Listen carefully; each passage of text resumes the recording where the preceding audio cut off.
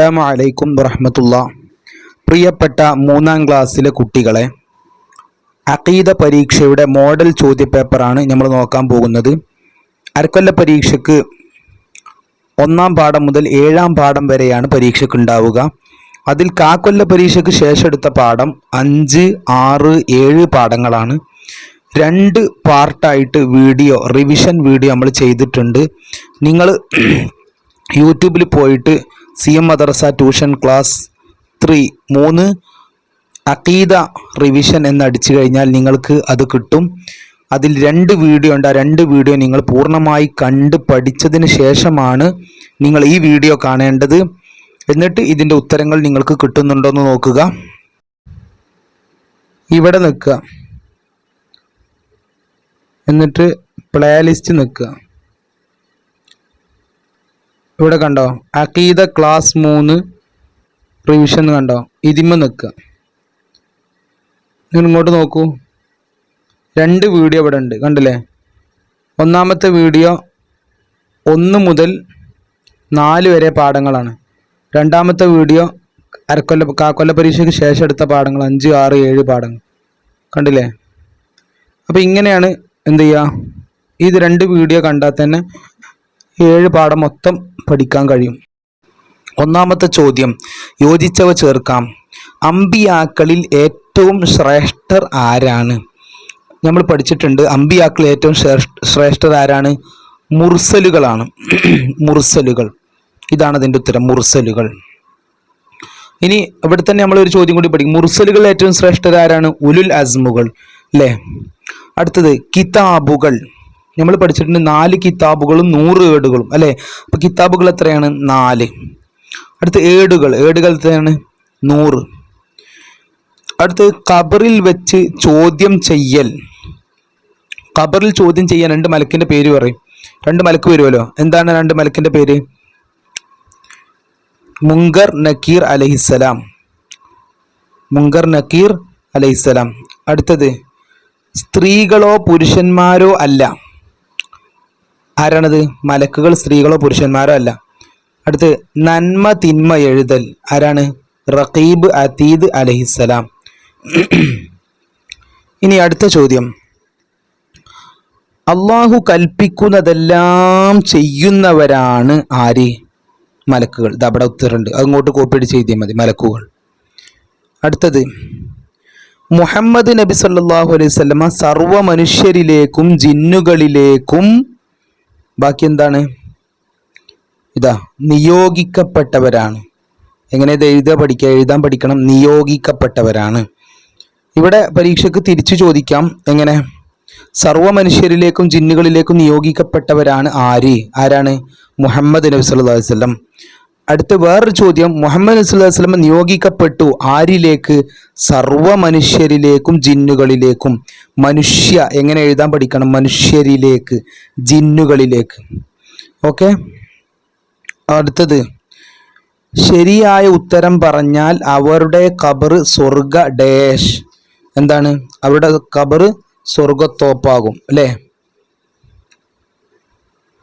ഇതാ, സ്വർഗത്തോപ്പാക്കപ്പെടും. എങ്ങനെ എഴുത? അക്ഷരങ്ങൾ ശ്രദ്ധിച്ചാട്ടെ. സ്വർഗത്തോപ്പാക്കപ്പെടും. ഇവിടെ ഉത്തരം പറയാതിരുന്നാൽ എന്താണ്? നരകക്കുണ്ടാകും.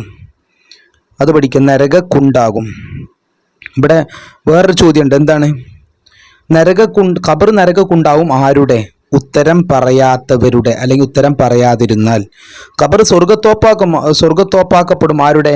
ശരിയായ ഉത്തരം പറഞ്ഞാലല്ല, ശരിയായ ഉത്തരം പറഞ്ഞാൽ.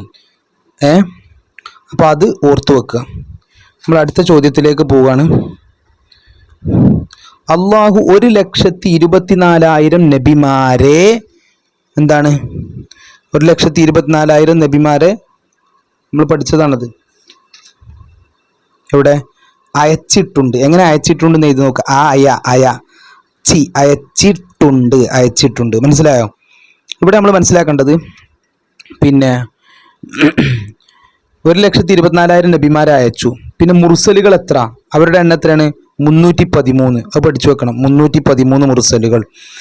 പിന്നെ ഉലുൽ അസ്മുകൾ എത്ര? ഉലുൽ അസ്മുകൾ 5 ആളുകൾ. അതൊക്കെ ഞാൻ റിവിഷൻ വീഡിയോയിൽ അത് ഓർമ്മിക്കാനുള്ള ട്രിക്കൊക്കെ ഞാൻ പറഞ്ഞിട്ടുണ്ട്. ചരിത്രമൊക്കെ ഞാൻ പറഞ്ഞിട്ടുണ്ട്. അതൊക്കെ നിങ്ങൾ പോയി കേൾക്കുക. അടുത്തത് നബിമാരുടെ വിശേഷണങ്ങൾ. എന്താണ് നബിമാരുടെ വിശേഷണങ്ങൾ? സത്യം മാത്രം പറയുന്നവരും വിശ്വസ്തരും കൂർമ്മത ഉള്ളവരും. ഇത് നിങ്ങൾ കാണാതെ എഴുതി നോക്കണം. സത്യം എങ്ങനെ എഴുതുക? പല കുട്ടികൾ യാ അല്ലാതെ സത്യം എഴുതും. അത് തെറ്റാണ്. സത്യം എഴുതുമ്പോൾ ത് കഴിഞ്ഞിട്ട് യാ വേണം. സത്യം മാത്രം മാത്രം പറയുന്നവരും വിശ്വസ്തരും.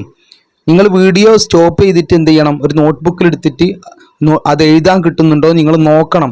മനസ്സിലായോ? സത്യം മാത്രം പറയുന്നവരും വിശ്വസ്തരും 3 പഠിക്കാനുള്ളത്. ഏതൊക്കെ? സത്യം മാത്രം പറയുന്നവരും വിശ്വസ്തർ ശ്വ എങ്ങനെ ഇത് നോക്കുക? സ്തരും ബുദ്ധി കൂർമ്മത ഉള്ളവരും. അടുത്ത ചോദ്യം, പിന്നെ നബിമാരുടെ വിശേഷങ്ങൾ. അടുത്ത ചോദ്യം, മുർസലുകൾ ആരാകുന്നു? മുർസലുകൾ? ഇതാ, നിയമ നിർദ്ദേശങ്ങൾ ജനങ്ങൾക്ക് എത്തിച്ചു കൊടുക്കാൻ കൽപ്പിക്കപ്പെട്ടവർക്കാണ് മുർസലുകൾ എന്ന് പറയുന്നത്. അപ്പോൾ ഒരു വരി ഒന്നായിട്ട് പഠിക്കാനുണ്ട് അല്ലേ? അപ്പോൾ ഇത് കാണാതെ ഒരുപാട് തവണ ചൊല്ലിയിട്ട് പഠിക്കണം. നിയമനിർദ്ദേശങ്ങൾ ജനങ്ങൾക്ക് എത്തിച്ചു കൊടുക്കാൻ കൽപ്പിക്കപ്പെട്ടവർക്കാണ് മുർസലുകൾ എന്ന് പറയുന്നത്. നിർദ്ദേശങ്ങൾ എങ്ങനെ എഴുതാൻ നോക്കുക?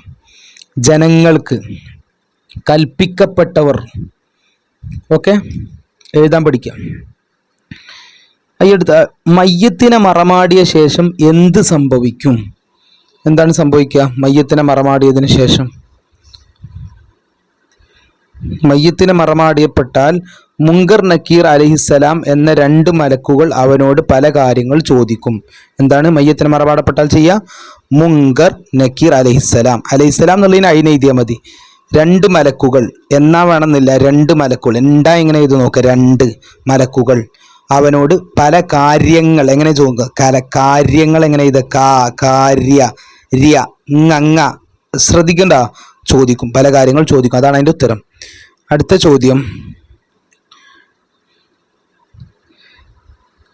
ഖുർആനിനോട് കാണിക്കേണ്ട 4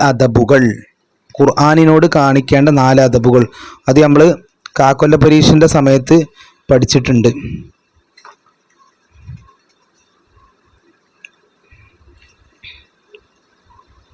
ഖുർആനിനെ നാം ബഹുമാനിക്കണം.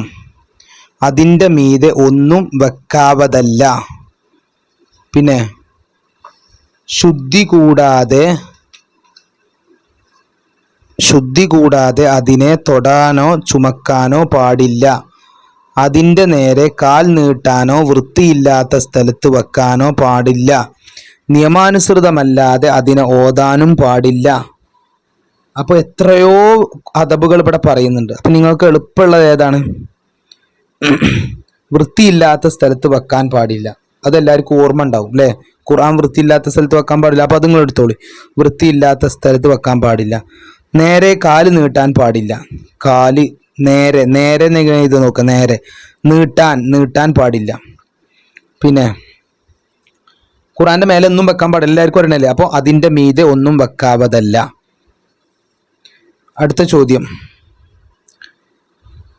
നമ്മുടെ ജീവിത ലക്ഷ്യം എന്താകുന്നു? ഇത് വളരെ പ്രധാനപ്പെട്ട ചോദ്യമാണ്.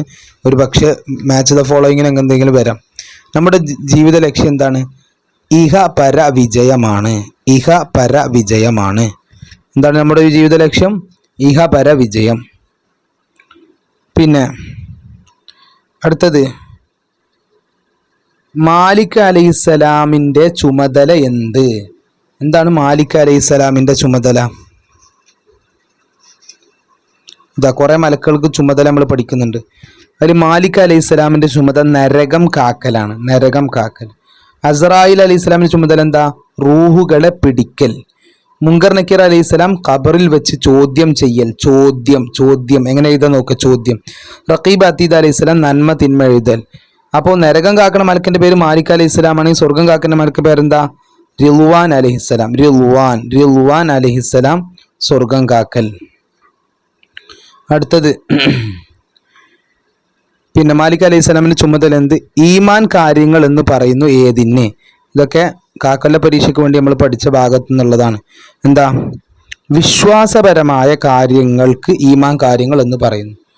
വിശ്വാസ എഴുതുന്ന എങ്ങനെ നോക്കുക? കാര്യങ്ങൾക്ക് ഈമാൻ കാര്യങ്ങൾ എന്ന് പറയുന്നു. വിശ്വാസപരമായ കാര്യങ്ങൾക്ക്, വിശ്വസിക്കേണ്ട കാര്യങ്ങൾക്കൊക്കെ എന്താ പറയുക? ഈമാൻ കാര്യങ്ങൾ എന്നാ പറയുക. അടുത്ത് ഉലുൽ അസ്മുകൾ ആരെല്ലാം? ഉലുൽ അസ്മുകൾ നിങ്ങൾക്ക് എല്ലാവർക്കും പറയാൻ കിട്ടും. പക്ഷെ നിങ്ങൾ എന്ത് ചെയ്യണം? എഴുതാനും കൂടി പഠിക്കണം. ഇതാ നൂഹ് നബി അലൈഹിസ്സലാം, പിന്നെ ഇബ്രാഹിം നബി അലൈഹിസ്സലാം, മൂസ അലൈഹിസ്സലാം, ഈസ അലൈഹിസ്സലാം, മുഹമ്മദ് സല്ലല്ലാഹു അലൈഹി വസല്ലം. ഇതാ ഒന്ന് നമ്മുടെ നബിൻ്റെ പേരുണ്ട്, അത് ഉറപ്പായി. നൂഹ് നബി അലൈഹിസ്സലാം, ഇബ്രാഹിം നബി അലൈഹിസ്സലാം, മൂസ അലൈഹിസ്സലാം, ഈസാ നബി അലൈഹിസ്സലാം. അലൈഹിസ്സലാം എന്നുള്ളതിന് എന്ത് അയിനിട്ടാൽ മതി. നമ്മുടെ നബിൻ്റെ പേര് എഴുതുമ്പോൾ സ്വാദ് ഇട്ടാൽ മതി കേട്ടോ. അതിനൊന്നും നിങ്ങൾ ടെൻഷൻ ആവണ്ട. അടുത്തത് ഉലുൽ അസ്മുകൾ ആരെല്ലാം പഠിച്ചു. അടുത്ത അർത്ഥം എഴുതാം. വമാ അർസൽനാക ഇല്ലാ റഹ്മത്തൽ ലിൽ ആലമീൻ എന്താണ് അതിൻ്റെ അർത്ഥം? വമാ അർസൽനാക ഇല്ലാ റഹ്മത്തൽ ലിൽ ആലമീൻ,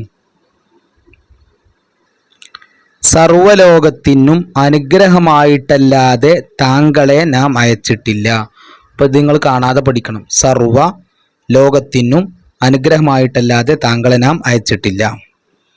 അടുത്തത് പരലോക വിശ്വാസത്തിൽപ്പെട്ട 3 കാര്യങ്ങൾ. പരലോക വിശ്വാസത്തിൽപ്പെട്ട കാര്യങ്ങൾ എന്തൊക്കെയാണ്? ഇതാ ഇവിടെ കുറേ പറയുന്നുണ്ട്. ഏതൊക്കെയാണ്? ഖബർ ജീവിതം 1, മഹ്ശർ, മീസാന്, സിറാത്ത്, സ്വർഗം, നരകം. അപ്പോൾ 6 ഇവിടെ പറയുന്നുണ്ട്. ഇവിടെ എത്ര എഴുതാൻ പറഞ്ഞത്? 3 എഴുതാൻ പറഞ്ഞിട്ടുള്ളൂ. സ്വർഗം നരകം എഴുതാം, നിങ്ങൾക്ക് അറിയുന്നതല്ലേ സ്വർഗം നരകം. സ്വർഗത്തിലേക്ക് പോകാനൊരു പാലുണ്ട് നമുക്കറിയാം. ആ പാലത്തിൻ്റെ പേരാണ് സിറാത്ത് പാലം. അപ്പോൾ സിറാത്ത്, നമ്മൾ സിറാത്ത് അല്ലദീന അൻഅംത അലൈഹിം എന്ന് പറയുന്ന സ്വാദ് തന്നെയാണിത്, സിറാത്ത്. പിന്നെ മഹ്ശർ, പിന്നെ മീസാൻ, പിന്നെ ഖബർ ജീവിതം. ഖബർ എന്ന് മാത്രം എഴുതിയാൽ പോരട്ടെ, ഖബർ ജീവിതം എന്ന് എഴുതണം. ഓക്കെ. അപ്പോൾ ഈ മോഡൽ ചോദ്യപേപ്പർ കഴിഞ്ഞു. നിങ്ങൾ എന്ത് ചെയ്യണം? അത് യൂട്യൂബിൽ പോയിട്ട് മറ്റേ റിവിഷൻ വീഡിയോ കാണുക കേട്ടോ. ഇൻഷാ അല്ലാഹ്.